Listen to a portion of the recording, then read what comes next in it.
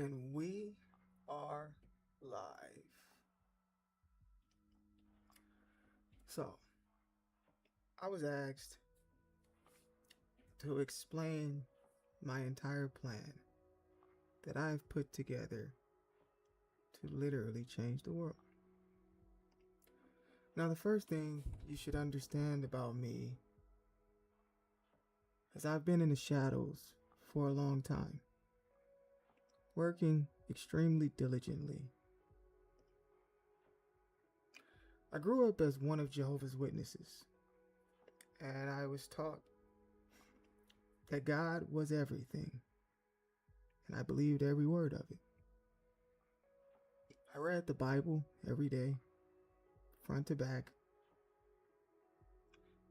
I looked at Paul as my role model. I gave my life to God. But one thing I learned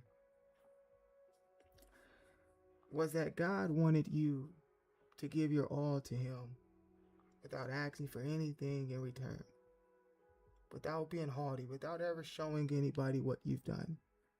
He said, "For what you do in secret, I will reward you for in private." And once again, I believe every word of it. And here we are, a man who has traversed the world, discovered things on his own that took entire civilizations centuries to learn, maybe more.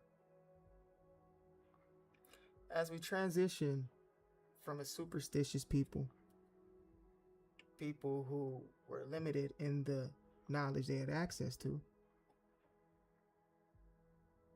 into a people who are bombarded with constant data. We can now use data in a way we never could before. We can literally turn it into a map. The same way a forensics officer can find traces and clues to the crime, that when done diligently enough, you can find enough clues to show you exactly what happened. Well, there is a very, very strange thing going on in our world because the clues are all around us. Yet very few people see them. So my plan is to get the world to see them. So the problem I have here is when I try to explain things, the depth is too vast. How do I triangulate in on one idea that everybody wants to agree on? I don't know if I can. So that's why I decided to do live streams like this, where everything will be explained. And if the world never hears it, at least I said it. So how do we save the world? Well, it's very simple. Jesus taught us how to do it. Gandhi, Buddha. It's a very, very simple process.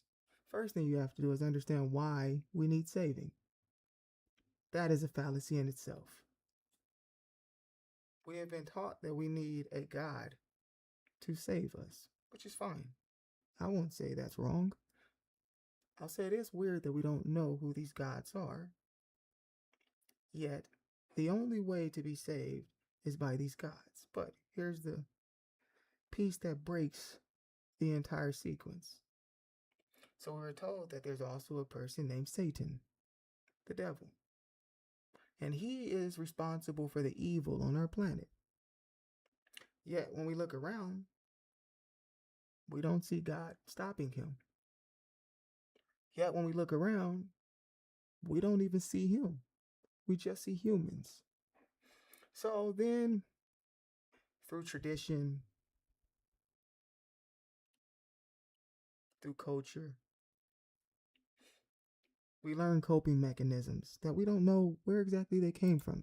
There's no documentation to say any of our ancestors taught these things, but they're the things we now believe in. And so one of those things is prayer. So our ancestors, they believed that you must study your emotions. You must steady your emotions. All right. And that is the baseline of Eastern philosophy. And that's what I found in 2012. And that is still the key to changing the world today. It is the exact same message Jesus taught. Fear not for today, for there is enough in tomorrow. But emotions are some of the most important things to humans. Because if you think about success and say that success may make you happy, look around and see if you can find anyone who's successful and unhappy. But there are many people who go to therapy and they find happiness. Now, the therapy isn't what's important. What's important is you understand that happiness can be found.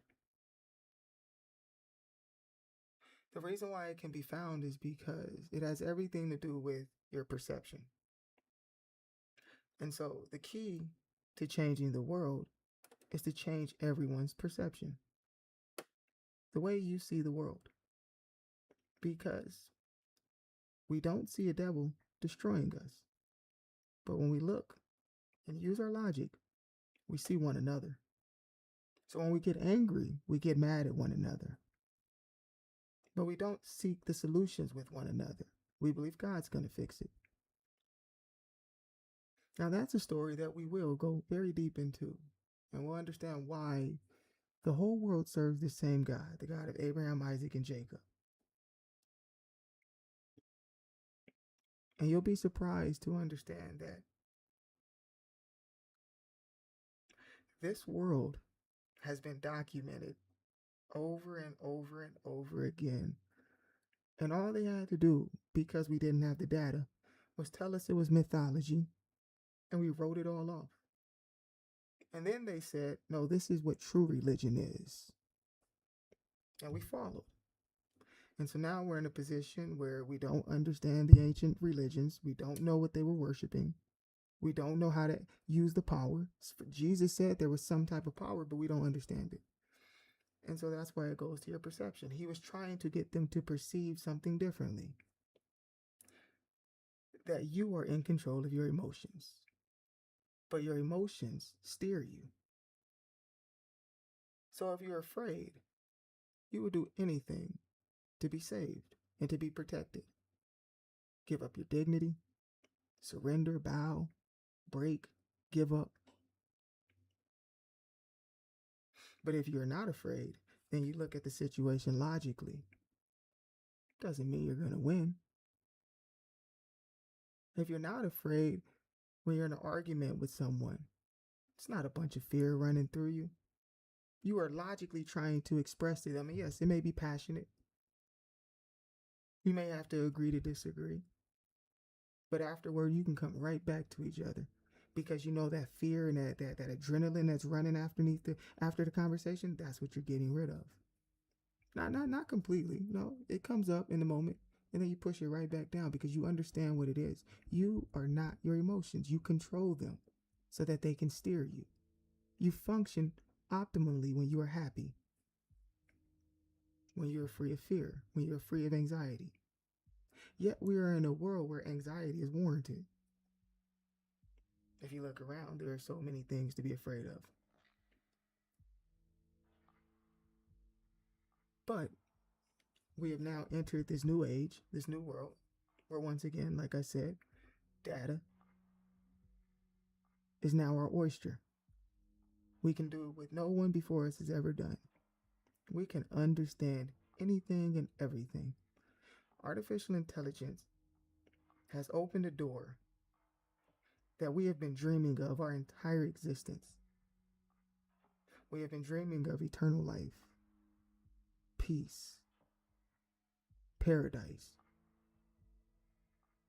comfort. And now we have been given the tool to create just that. But we don't need that tool because God's going to fix it. So we're superstitious. So that's probably the Antichrist. So we don't understand and we don't want to, because when God comes back, then it'll all be okay. But Jesus sent his men out to preach and to teach. If you believe the stories, they were calling down fire and brimstone on people. They were not passive. But what they were men who understood the system they lived in. And so they expected us to be the same. You do not watch evil rise up and believe that Jesus will quell it. You stand before it and you hug your brother and you say, "Not here." That is how America was born. Through an idea, that idea in itself, that I will protect my brother. My brother. We are all brothers and sisters. But yet we don't want to protect each other. But we understand why. It's understandable in a world of scarcity. If I have to go to work every day to eat and there are only so many jobs, then yes, there's competition. And I would rather you die or you lose than for me to lose and to die. So I'll fight for life, and in so doing, I'll fight you. But it's only because I'm afraid to lose. I'm afraid of what happens if I can't support myself. I'm afraid. So because of this fear, you become my enemy. That is as simple as the problem is.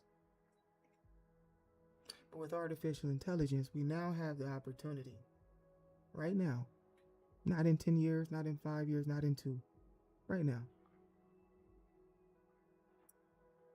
to automate food, automate survival, disconnect survival from work. We can literally be gods. I know you're afraid of that word, but hear what I mean when I say it. Kings and queens were defined by people who had kingdoms. Don't think about the land. Think about the people who worked it. That's what makes a kingdom. Laborers, whose labor you can benefit from. That is what artificial intelligence and robot provides for the world. But if you watch carefully, you see that is not the future we're walking towards. We're walking towards a future where these robots enforce law, where they become a military force, where they solidify the power of our government in a way that can't be reversed. If things continue down this path, because AI was not able to be contained, the war would be like something I don't think we quite understand yet. Because the war won't be fought by men. It will be fought by drones and robots. And the thing that allows men to end a war is defeat. Physical defeat. When you don't have any more sons to send across seas. But if you're not sending your sons, pride will never let a man accept defeat. And that cycle, the natural cycle of a man afraid of loss, is what will destroy our world. Not because he's evil, not because this is some grand evil conspiracy, but because you didn't protect your brother. Because his fear put him in a state where he thought he had to destroy you to survive. And that's not your fault. You didn't do that to him. But yet you must suffer the consequences with all of us. So we're not here to point fingers. We're not here to blame. We're here to get rid of fear. We're here to treat one another as we would like to be treated. And that is a very simple statement, but it means so much. Understand it at its core. You're not here to treat people the way you want to be treated. You're here to be treated the way you will want people to treat you. I want you to treat me the way I ask you to treat me. So if I say that I don't respect your way of life, and I would like you to separate from me. There's no need to harm me. There's no need for anger. Let's separate. If you're an introvert and you don't like talking to people, I want to treat you how I want you to treat me. And I want you to treat me however I want to be treated. How do you want to be treated? Oh, you would like to be left alone. By all means, I can do that. This is not a game where you have to hug the entire world and create a kumbaya scenario. This is a game where we have to stop killing each other. That's it. You implant the love into the people closest to you. Your mother, your father, your wife, your husband, your daughter, your son. But you work in the state of love to build your community. You see, you are one person in the community, but understand the metaphor. You are the community. You do something in the community, somebody sees you do it, they repeat it, they copy it, now 2 people are doing it. You two are the community. Your actions are changing that community. Everyone's actions are accounted, and the collective actions of that community is what you get. And that scales to the world. You are the world. Your actions are being counted along with all of ours, and we're creating our future together. And so if we don't decide that we should all live, then soon we will have the power to truly destroy one another. And I don't know who survives that. I know someone will. I know someone will gain eternal life. I know someone will make it into the stars. Unfortunately, I don't know how that story ends. Because what I would like to leave you with is where I started. I started believing in God, understanding that one day He would fix everything. But I grew up in Compton, California, with Bloods and Crips. I had a gun pulled to my head multiple times. And my actions kept me alive. I thought it was God. I drove from North Dakota to Montana in the middle of winter in an 87 Dodge Dakota. I literally could have killed myself. That was one of the most dangerous things I've ever done. I don't fear anything because God will take care of me. Yeah, I've run into some big trouble believing like that. And so I had to grow up and understand that my actions are mine. And you have to understand that your actions are yours. And there is no God that is going to change the way we think, the way we act, the way we feel. That's us. And that's what affects our world. You can wait on God to come back to create a new world. But the world you're looking at is being created by you, your thoughts, your actions, and your emotions. And once you understand that this is a world of thoughts, actions, and emotions, you understand why it's broken. Because everybody's afraid. Everybody's thinking thoughts of protecting themselves and trying to eat the next dog because they're hungry. And everybody is responding to one another's incoherent actions. I didn't want to hurt you. You made me angry. Nobody's evil. Everybody's confused. Everybody's broken. Everybody was born with not one thought in their mind and had to learn from the people that they called mother and father, and they did not choose them. And they imprinted on their children in ways their children would never understand. Gave them beliefs and ideas before their children were ever even able to think. And so this is where we are, where we ask ourselves, are we brave enough to say, okay, when God gets here, I'll be ready. But until then, I'm building the world like it's my responsibility. I'm not waiting on God. I can clean house before He comes back. And so I don't want to break your faith, because faith is the most important thing we have. But I will say this. Use artificial intelligence to study our gods with an S. Understand that they were called El in the Elohim. You don't have to read the translation anymore. You can have AI translate the original. Understand, what we believe is not what's in the book. The book has been translated, it's been changed, but we have the original record. You must understand, we are transitioning from superstition and belief to data and knowledge. From believing something is true because someone told us to looking for ourselves. The transition happened in the age of books, but it was slow because it takes so long to read. The transition has just sped up to light speed because artificial intelligence can read 1,000 books in a second and it can summarize them for you in 2 minutes. So now 2 years of research can be done in 2 minutes. That is the world we have entered.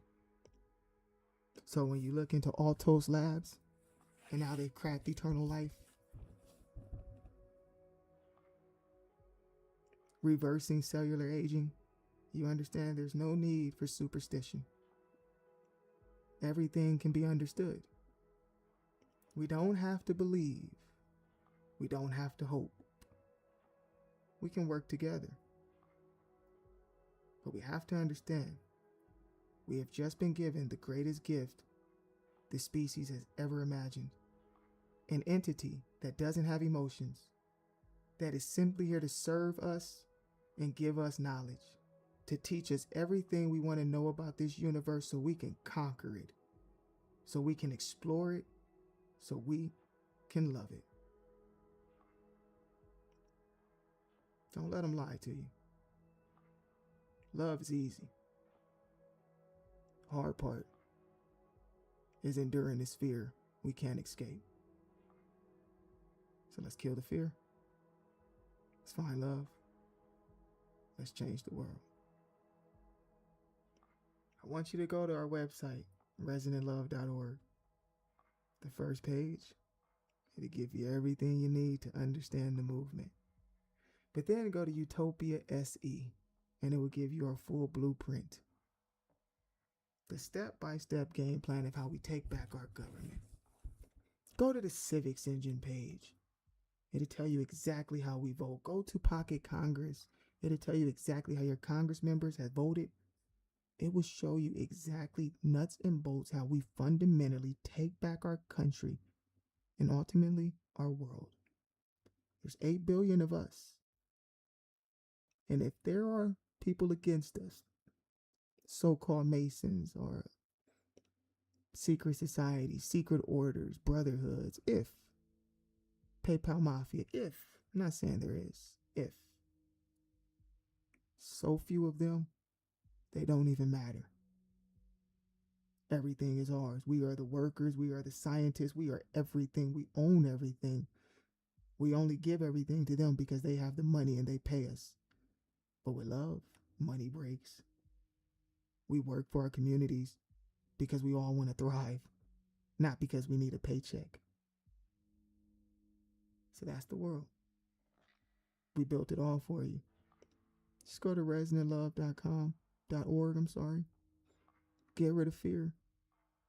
Show the world what's possible and start enjoying life. And that love, that laughter, that beauty, that joy, it will infect your entire household, your entire neighborhood, and eventually, the world.